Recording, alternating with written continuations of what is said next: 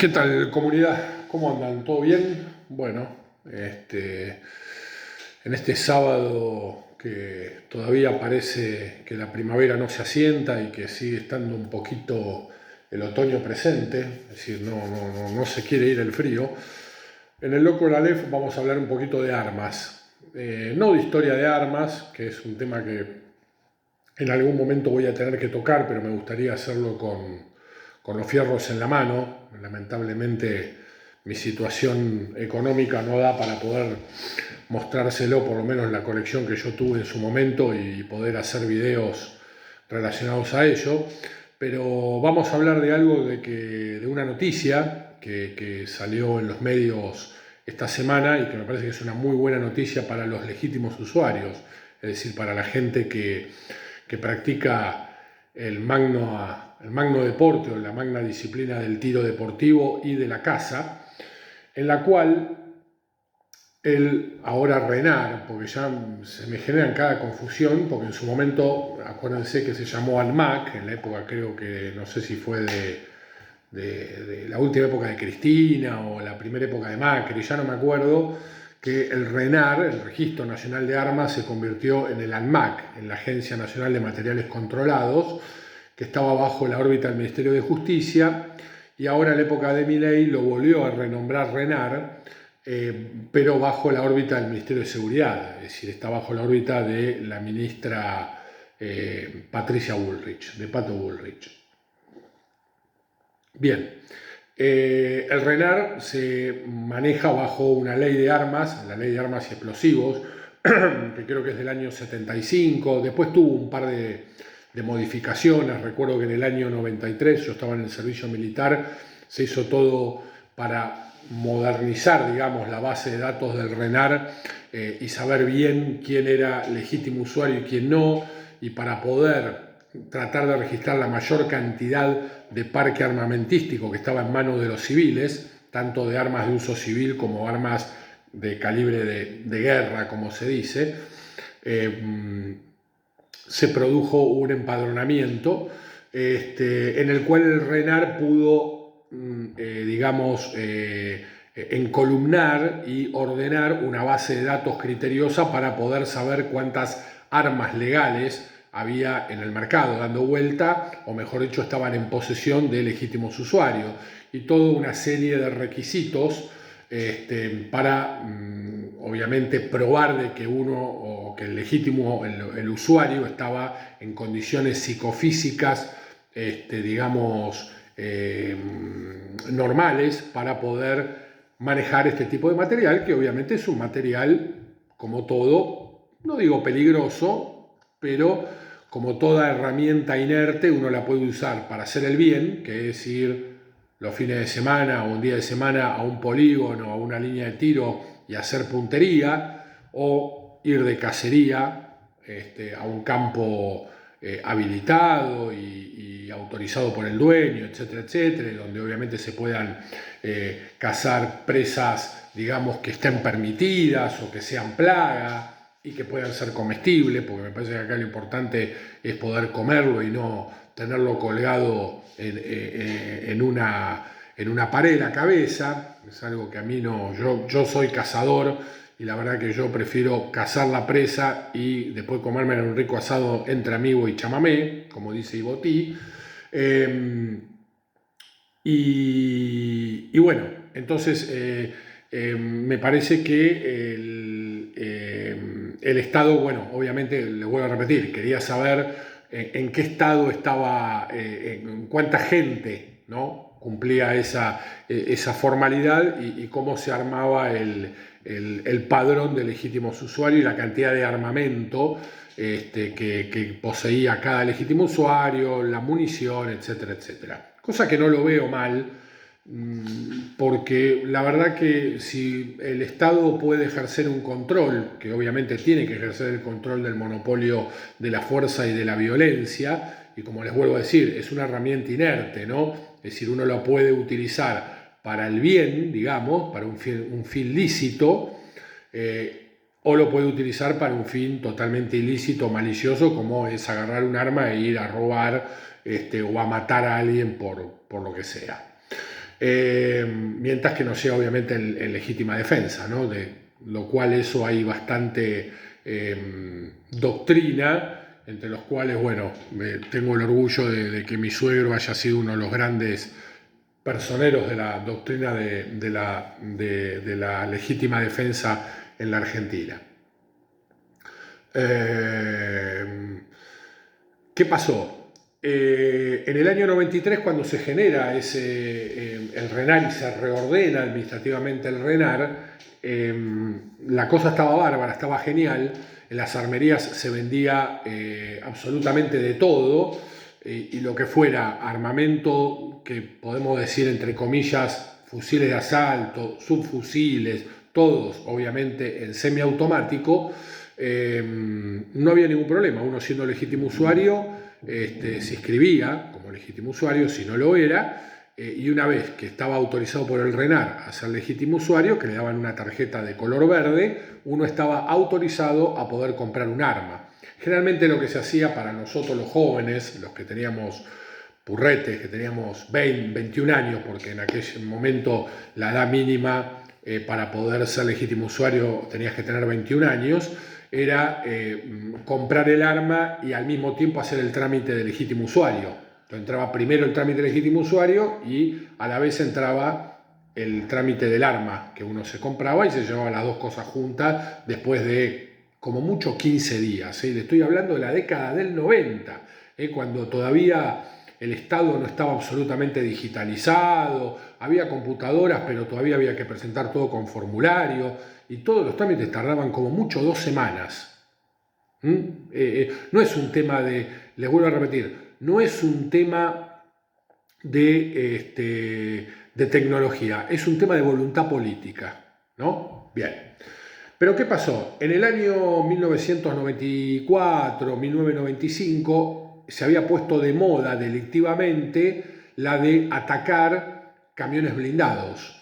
¿Y los camiones blindados con qué lo atacaban? Bueno, principalmente era con fusiles de asalto, que principalmente acá en la Argentina eran fusiles FAL, de los cuales el ejército argentino en aquel momento se había sacado muchos de lo que era la versión FAL 1, que eran los que no tenían la bocacha apagallama. Entonces, que eran los fusiles, o eran belgas o fusiles holandeses, que habían venido en la década del 60, cuando había venido el portaaviones, el Karl Dorner, que fue obviamente uno de los portaaviones que después se convirtió en el ARA... en el ARA 25 de mayo, y también fusiles, obviamente, de fabricaciones militares con el modelo A1. Vuelvo a repetir, era el modelo que no tenía la bocacha apagallama, era el cañón liso directamente. Y además, bueno, había otra cosa, había hasta M16A2, M16A1, sus fusiles Thompson, sus fusiles FMK3, habían convertido a sus fusiles Halcón en semiautomático. Bueno, había una variedad de armamento que, para los que éramos fanáticos de eso, somos fanáticos de eso, estábamos en Disney. Recordemos que estábamos en 1 a 1, había trabajo, había crédito. Entonces un Gil trabajador, como diría Hermética, tenía la posibilidad de salir de su trabajo y decir: che, cobré unos manguitos de más, la verdad que me quiero dar un gustito, me voy a una armería y me compro un fierro, ¿no? Bueno, ¿qué era lo que pasaba verdaderamente? Y que me pasó a mí, por ejemplo, cuando compré el Garand M1. El Garand M1 es el famoso fusil de la Segunda Guerra Mundial que utilizaron las tropas norteamericanas en la Segunda Guerra Mundial y en Corea. Calibre 30-06. Pero ¿qué pasó? Como en el año 93 y 94 estaba esta modalidad delictiva, y hasta mismo había una banda que había llegado a utilizar una Metra 12,7, una Browning M2 12,7 para poder atacar los camiones blindados, el gobierno de Carlos Menem, que había sido el gran aperturista del tema de los fierros, de poder modernizar el parque de armamento civil argentino, que estaba lleno de revólveres vascos, de pistolas Versa calibre 22, de escopetas 16, Argentina, había muy poco armamento de calidad en serio. Menem, con la famosa feria de armas de octubre de 1991 en la rural, genera la expansión del consumo del mercado, dentro del mercado armamentístico civil argentino, pero en el año 95, yo no sé si fue por presión de algunas ONG o quizás lo tomó la decisión él directamente, saca un decreto que es el 64/95, en donde establece de que no prohíbe que se vendan a los civiles, no obviamente, tanto civiles como militares, no personal de fuerza de seguridad, armamento que sea superior al calibre 22 largo, es decir, ya el 22 Magnum estaba enganchado en el decreto, con cargador de kit y pon y que fueran de accionamiento semiautomático. Es decir, que si uno tenía, por ejemplo, un Garand M1 que era de accionamiento semiautomático, calibre 30-06, es decir, un calibre potente, pero ¿qué pasa? Como no tenía cargador de kit y pon, es decir, funcionaba por peine, teóricamente estaba en una zona gris y estaba permitido. Pero si uno quería comprarse un M14, que es un Garand M1, pero nada más que con cargador de kit y pon, no podía, porque cumplía justo esos requisitos morfológicos de tener cargador de petaca, ¿no? Y ser semiautomático y superar el calibre 22. Bueno, este decreto tenía un montón de trabas, se tardaba mucho en entregar el armamento o el arma al comprador, es decir, el comprador de una armería se compraba un FAL, por ejemplo, un FAP, ¿no? Que el ejército ya se los estaba sacando de encima, y por ahí lo que antes tardaba 15 o 20 días, ahora estaba empezando a tardar un mes y medio, 2 meses, hasta que, bueno, llegó un momento cuando entraron los muchachos que todos sabemos que asumieron el 25 de mayo del 2023, eso era in eternum. Uno por ahí se compraba un fusil de ese tipo y por ahí tardaban años en dárselo o no se lo daban nunca. Entonces las armerías lo que hicieron fue no vender más ese tipo de material porque nadie se lo iba a comprar. Es decir, tener un FAL a la venta en una armería era antieconómico porque no se lo iba a poder comprar nadie en calibre 7.62.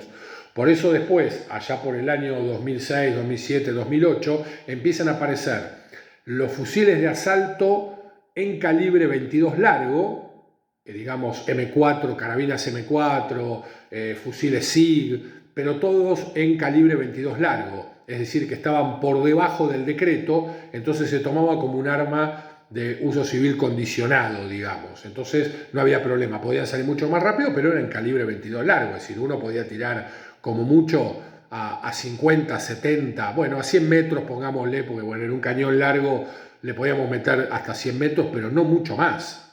Y era solamente para hacer tiro al blanco, digamos. ¿Que se podía cazar con ese armamento? Sí, pero se tenía que utilizar obviamente munición punta hueca y obviamente con disparos a menos de 100 metros. Y obviamente piezas chicas, como por ejemplo una liebre o un conejo o caza menor, absolutamente, no se podía utilizar para caza mayor. Bueno, ese fue el decreto 64/95, todo el mundo dice que es el decreto Gordo Valor o decreto Garza Sosa, ¿no? Que no nos permitió a los legítimos usuarios poder disfrutar de ese armamento. Los que sí habían comprado antes de tiempo, antes de ese decreto, los fusiles, yo conocí gente que tuvo FAB, que tuvo FAL, o que los tiene, porque yo he tirado con ellos y no hay ningún inconveniente, lo pudieron seguir teniendo como armamento normal, sin ningún tipo de exigencia, pero todos los que entraban después de él, creo que esto fue en marzo o abril del 95, tenían que cumplir una serie de requisitos bastante pesados. ¿Por qué? Porque uno tenía que tener un lugar específicamente de guarda, tenía que poner, digamos, una puerta blindada en su casa donde tenía guardado el armamento. Había una serie de requisitos bastante pesados que te aumentaba el costo de la obtención del armamento en forma sideral. Y al final no te lo terminaban entregando nunca o te ponían 10.000 peros, ¿no? Pero bueno, ahora como estamos en la época de la libertad avanza, salió el decreto 37/25, ¿no? Decreto gubernamental, firmado obviamente por Javier Milei, en donde se deroga el decreto 64/95 y se establecen nuevos requisitos para la obtención de este tipo de armamento, que son requisitos bastante parecidos a los del año 95, pero no tan rígidos, y que permiten que administrativamente el trámite sea mucho más rápido para salir, y eso lo que ha generado es que las armerías comiencen a vender fusiles de asalto, como son, estuve viendo últimamente en las redes, Galil, los Galil viejos, ¿no? Galil, FAL, toda la familia R15, seguramente van a empezar a caer Kalashnikov fabricados en Sudáfrica o en otros países, todo obviamente en semiautomático, no se puede poner a ráfaga, obviamente, por lo menos lo que marca la ley, ¿no? Después, si el legítimo usuario se manda algún moco con el armamento convirtiéndolo en full auto, es un problema de él y va a tener un problema legal y penal importante. Pero bueno, esto es básicamente la noticia. Los requisitos generales, bueno, ser obviamente legítimo usuario, ser socio de un club de tiro, acreditar digamos, un correcto manejo del arma, creo que tener un cierto lugar en donde estivar esa arma con un cierto nivel de seguridad. Yo la verdad el decreto en profundidad no lo leí, pero entiendo que es un paso adelante para la gente que gusta de tirar con armamento moderno. Hay otra gente que por ahí le sigue gustando tirar con fusiles de la Segunda Guerra Mundial o con fusiles de caza. Estamos hablando de los polígonos de tiro, porque en el caso de los cazadores, si quieran tener fusiles de asalto para ir a cazar, sí, se va a poder porque el calibre lo permite, pero entiendo que van a tener que, obviamente, colocarse miras telescópicas, etcétera, etcétera. Pero bueno, ahora sabemos que están las opciones del riel Picatinny, que por ejemplo en mi época, cuando yo tenía 21 años, esos accesorios no existían. O por lo menos acá en la Argentina no existían, quizá en Estados Unidos sí, pero ahora se podría llegar a hacerlo. Digamos, para lo que les encanta el armamento moderno y puedan tener el dinero para poder gastarse e invertir en un sistema de armas de ese tipo, bueno, bienvenido sea. El problema es que no estamos en los 90, en donde había full trabajo, donde la plata valía, no como ahora que no vale 2 mangos con 50, es decir, uno se confunde el billete de 2.000 con uno de 20.000, se tiene que andar acordando que el de 20.000 es la cara de Alberdi y el de 2.000 es la cara de Cecilia Grierson y el doctor Ramón Carrillo, si no te confundís. En aquel momento 100 pesos eran 100 dólares, no estamos viviendo esa época en absoluto, ni creo que la volvamos a vivir. Eran otros tiempos, pero bueno, digamos que el RENAR, nuevamente ahora se llama RENAR, ha facilitado las cosas para que, bueno, la gente que desee tirar y tener un fusil de asalto o un fusil de combate moderno, digamos, lo puedan tener, como también una carabina en calibre, porque acá ya no hablamos tanto del largo del armamento, sino ya podemos hablar de fusil o de carabina, tenemos que hablar ya de la munición con la que dispara. Y si ya estamos hablando de que está tirando con 7.62, con 30.06, con 5.56, estamos hablando ya de calibres de guerra, ¿no? Obviamente de calibres de tipo militar. Así que bueno, esta es la noticia que quería darle, ha salido en un montón de portales, pero bueno, como el loco de la Aleph, ustedes saben que es así, que las noticias que me interesan y cuando tengo ganas de conectarme y estoy de ánimo, lo hago. No quería perderme la buena nueva, ya que los legítimos usuarios por mucho tiempo fuimos bastante castigados, y bueno, dentro de todo esto es una muy buena noticia. Así que bueno, para los que puedan, los que tengan la posibilidad económica de hacerlo, disfrútenlo. Tirar con un fusil de asalto es verdaderamente, ¿cómo les podría decir? Se asemeja bastante a un orgasmo, por el diseño que tienen las armas, por los materiales con los que están construidas, por el encare. Me parece que es un tiro con un nivel de placer muy importante. Se los digo yo que la verdad que he usado bastante materiales, tirando desde mosquetes de chispa o de mecha, mejor dicho, hasta fusiles de asalto. Así que les mando un abrazo grande. Seguramente la semana que viene estaremos haciendo algún tipo de conversación con Juanchi. No sé si vamos a hablar de fútbol o de militaria, que es un tema que nos estamos debiendo. El de fútbol estamos esperando que termine la fase regular y ahí opinar un poquito de cómo terminó todo, o quizá por ahí hagamos un especial por River y Boca en la semana. Veremos a ver qué pinta. Muchachos, que pasen un buen fin de semana. Agur.